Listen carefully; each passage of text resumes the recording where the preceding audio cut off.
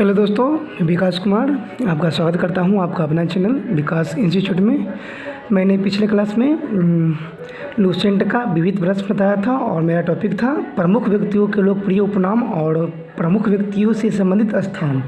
और आज का मेरा टॉपिक है प्रमुख पुरस्कार एवं सम्मान। ठीक है, तो पहला मेरा है नोबेल पुरस्कार। ठीक है, नोबेल पुरस्कार की स्थापना स्वीडन के वैज्ञानिक अल्फ्रेड बर्नहार्ड नोबेल ने 1901 में की थी। ठीक ना, कब किए थे? 1901 में। और स्वीडन के वैज्ञानिक थे अल्फ्रेड बर्नहार्ड नोबेल ने।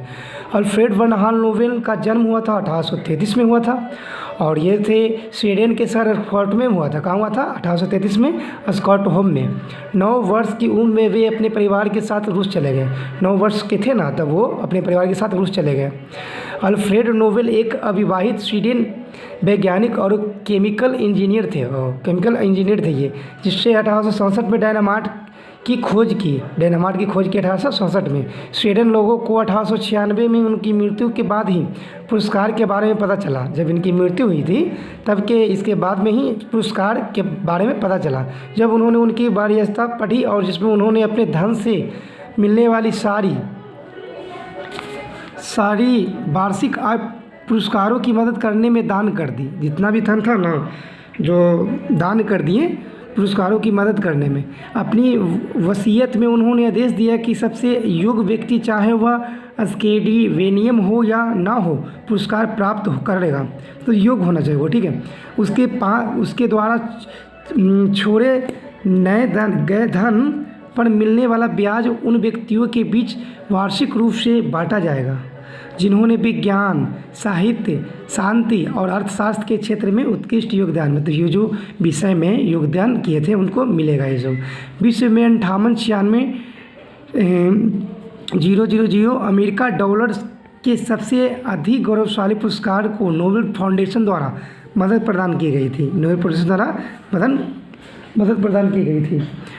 पहले नोबेल पुरस्कार 5 विषयों में कार्य के लिए दिए जाते थे। कितने विषय में? 5 विषयों में। और वो थे कौन कौन? तो देखिए पीछे दिया हुआ है और इसमें दिया हुआ कि अर्थशास्त्र के लिए पुरस्कार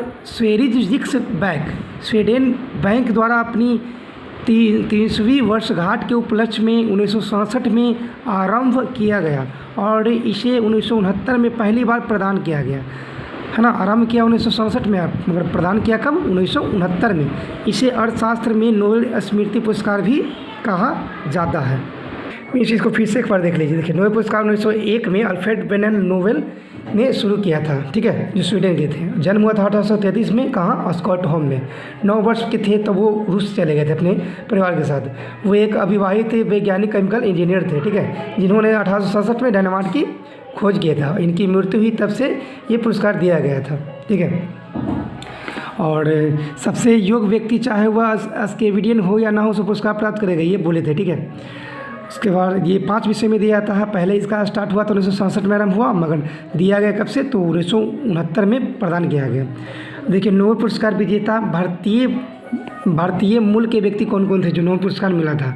तो पहले देखिए, पहला मिला था रविन्द्रनाथ टैगोर को। ठीक है, देखिए 1910 में एक अंग्रेज कवि W.V. ईस्ट ने टैगोर की काव्य संग्रह गीतांजलि का अंग्रेजी अनुवाद किया। गीतांजलि का क्या? अंग्रेजी में अनुवाद किया एवं प्रस्तावना लिखी, जिस पर 1913 में टैगोर को नोबेल पुरस्कार मिला। मतलब गीतांजलि के लिए मिला था 1913 में रविन्द्रनाथ टैगोर को, सबसे पहले भारतीय थे। और महिला में तो जानते हैं मदर टेरेसा को 1979 में मिला था।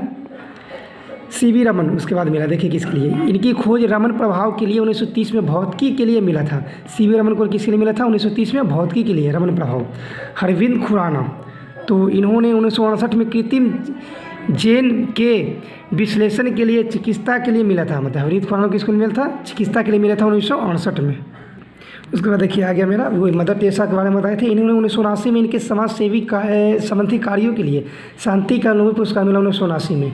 सुब्रमण्यम चंद्रशेखर, इन्हें 1983 की इनकी खोज चंद्रशेखर सीमा के लिए भौतिकी का नोबेल पुरस्कार मिला ना। चंद्रशेखर सीमा के लिए भौतिकी का नोबेल पुरस्कार मिला सुब्रमण्यम चंद्रशेखर को। अमर्त्य सेन 1998 में कल्याणकारी अर्थशास्त्र के क्षेत्र में नोबेल पुरस्कार मिला इनको, अमर्त्य सेन को अर्थशास्त्र में। B.S. नैयपॉल 2001 में साहित्य का नोबेल पुरस्कार दिया गया 2001 में नैपोल को, विक्टरमन रामकृष्ण, भारतीय अमेरिकी रामकृष्ण को अमेरिकी के थॉमस ई स्टेज और इजराइल की अदा ई योनत के साथ प्रोटीन का निर्माण करने वाले राइबोसोम की संरचना एवं कार्य प्रणाली की खोज के लिए संयुक्त रूप में 2009 में रसायन विज्ञान का पुरस्कार मिला। मतलब विक्टरमन रामकृष्ण को 2009 में रसायन विज्ञान के लिए पुरस्कार मिला। कैलाश सत्यार्थी को देखिए, इन्होंने 2014 में पाकिस्तान के मामला यूसुफजाई के साथ शांति के लिए नोबेल पुरस्कार मिला था 2014 में।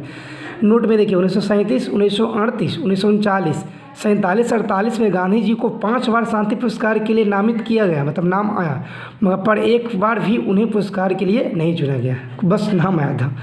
1937, 38, 39 और 47, 48 पुरस्कार के लिए बनी समिति और चयनकर्ता प्रत्येक वर्ष अक्टूबर में नोबेल पुरस्कार विजेता की घोषणा करते हैं। अक्टूबर में, ठीक है, नोबेल पुरस्कार की घोषणा करते हैं। लेकिन पुरस्कारों का वितरण अल्फ्रेड नोबेल की पुण्यतिथि 10 दिसंबर को दिया जाता है। मतलब जो अल्फ्रेड नोबेल की पुण्यतिथि 10 दिसंबर को हुआ था, इसी दिन दिया जाता है, ठीक है। प्रत्येक पुरस्कार में एक वर्ष में अधिक 3 लोगों को पुरस्कार दिया था। प्रत्येक पुरस्कार में एक वर्ष में अधिकतम कितने लोगों को? तो 3 लोगों को ही दिया जाएगा, 3 लोगों से अधिक नहीं दिया जाएगा। इनमें से प्रत्येक विजेता को एक स्वर्ण पदक मिलता है और डिप्लोमा, स्वीडिश नागरिकता में एक्सटेंशन और धन दिया जाता है, ये प्रत्येक को। अगर एक पुरस्कार में 2 विजेता हो, जैसे एक पुरस्कार है विजेता 2 है, तो धनराशि दोनों को समान रूप से बांटी जाएगी। जो धनराशि है दोनों को समान रूप से बांटी जाएगी। पुरस्कार प्राप्तकर्ताओं की संख्या अगर 3 है तो चयन समिति के पास यह अधिकार होता है, जो चयन करता है, कि वह धनराशि को तीनों को बराबर भागों में बांटे या एक को आधा दे और बाकी को 2 बचा भाग में बराबर बराबर दे, ठीक है। यानी 2 पुरस्कार हो, 2 पुरस्कार विजेता हो 2। अब तक केवल 2 बार मृत व्यक्तियों को यह पुरस्कार दिया गया है। अब तक केवल 2 बार मृत व्यक्तियों को दिया गया है। पहली बार एरी एक्सेस कार्ल फाइडर्स को 1931 में दिया गया था और दूसरी बार संयुक्त राष्ट्र के महासचिव डैग हैमरशोल्ड को 1961 में, 1931 में मिला था और 1961 में 2 मृत व्यक्तियों को। 1974 में नियम बना दिया कि मरणोपरांत किसी को नोबेल पुरस्कार नहीं दिया जाएगा ना। मरणोपरांत यानी बोला गया 1974 में नियम बना कि मरणोपरांत यानी मर गया ना, उसको फिर क्या नोबेल पुरस्कार नहीं दिया जाएगा। उसके बाद देखिए 2 बार नोबेल पुरस्कार पाने वाली व्यक्ति, देखिए मैडम क्यूरी 1903 में रेडियो सक्रियता यानी भौतिकी की खोज के लिए, 1911 में शुद्ध रेडियम रसायन के लिए निष्कर्ष के लिए मिला था इनको। 1911 में शुद्ध रेडियम रसायन के लिए मिला था। और लिनिस पॉलिंग 1954 में हाइब्रिडाइज कक्षाई सिद्धांत रसायन के लिए, 1962 में नाभिकीय परीक्षण निषेध संधि एक्टिविज्म शांति के लिए मिला था लिन पॉलिंग को। जॉन वार्डिन 1956 में ट्रांजिस्टर भौतिकी के आविष्कार के लिए और 1972 में अतिचालक के सिद्धांत के लिए, मतलब ये जो व्यक्ति थे ना सबको 2-2 बार नोबेल पुरस्कार मिला था। माफ़ कीजिएगा, थोड़ा सा खांसी हो गई थी। जॉन वार्डिन तो बोल दिए 1956 में ट्रांजिस्टर और आविष्कार के लिए, 1972 में अतिचालकता के सिद्धांत भौतिकी के लिए मिला था। फ्रेडरिक सेंगर 1958 में इंसुलिन मोलिक्यूल की संरचना के लिए तथा 1980 में बाइसोन्यूक्लियन रसायन स्विकिंग के लिए मिला था, ठीक है। International committee of red cross को शांति का नोबेल पुरस्कार 3 बार दिया गया था, बताइए। नहीं, रेड क्रॉस को शांति के लिए 1917 में दिया गया था, 1944 में, 1963 में।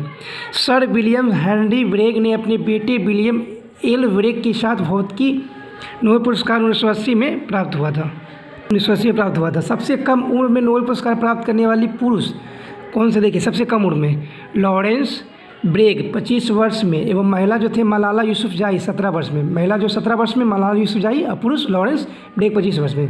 सबसे कम उम्र में नोबेल पुरस्कार मिला था। सबसे अधिक उम्र में आर्थर एरिक्सन को मिला था, जो यूएसए के थे। और 2018 में भौतिकी का नोबेल पुरस्कार दिया गया था, उनकी उम्र 96 वर्ष थी, सबसे अधिक। द्वितीय विश्व युद्ध के समय 1940 से 42 तक नोबेल पुरस्कार नहीं दिया गया था। मतलब जब द्वितीय विश्व युद्ध हुआ था 1939 से 45 तक, तब इसमें दिया 1940 से 42 तक नोबेल पुरस्कार नहीं दिया गया था। तो आज के लिए इतना ही दोस्तों, और इसका जो बचा हुआ है पुरस्कार में वो मैं इसका नेक्स्ट क्लास में करवा दूँगा। तो आज के लिए इतना ही, धन्यवाद।